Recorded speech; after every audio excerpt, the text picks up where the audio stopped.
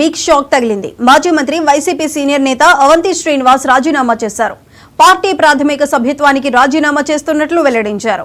ఈ మేరకు పార్టీ అధినేత జగన్మోహన్ రెడ్డికి, ఉత్తరాంధ్ర జిల్లాల రీజనల్ కోఆర్డినేటర్ విజయసాయి రెడ్డికి, వైసీపీ విశాఖ జిల్లా అధ్యక్షుడు గుడివాడ అమర్కు లేఖ రాశారు.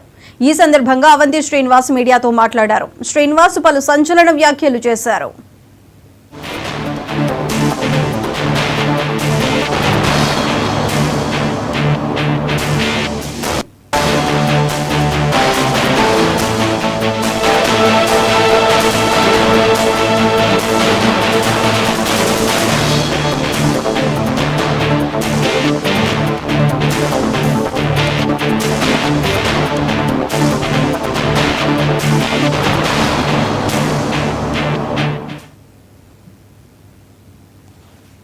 ప్రత్యక్ష రాజకీయాలకు దూరంగా ఉండాలని నిర్ణయంతో వైసీపీని వీడుతున్నారని స్పష్టం చేశారు. ప్రజాసేవలోనే ఉంటారని, ఇప్పటికీ ఏ పార్టీలో చేరాలని నిర్ణయించుకోలేదని అవంతి శ్రీనివాస్ తెలిపారు. తనకు ఎక్కడ గౌరవం లభిస్తుందని అనుకుంటే అటువైపు వెళ్తానని కీలక వ్యాఖ్యలు చేశారు.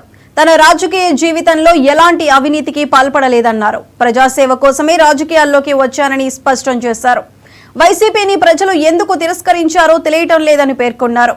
వైసీపీలో కార్యకర్తలు, నాయకులకు గౌరవం కొరవడిందని, అందరినీ అడగకుండా ఏకపక్ష నిర్ణయాలు తీసుకుంటున్నారంటూ పేర్కొన్నారు.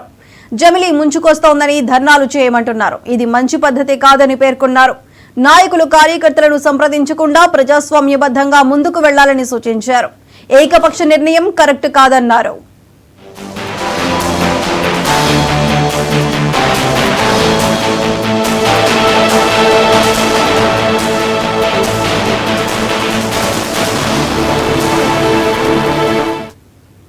తాడేపల్లిలో కూర్చొని చెప్పటం ఈజీనే, కానీ నాయకులకు, కార్యకర్తలకు కుటుంబాలు ఉంటాయి. వారికి చాలా ఇబ్బందులు ఉంటాయి కదా అని అన్నారు.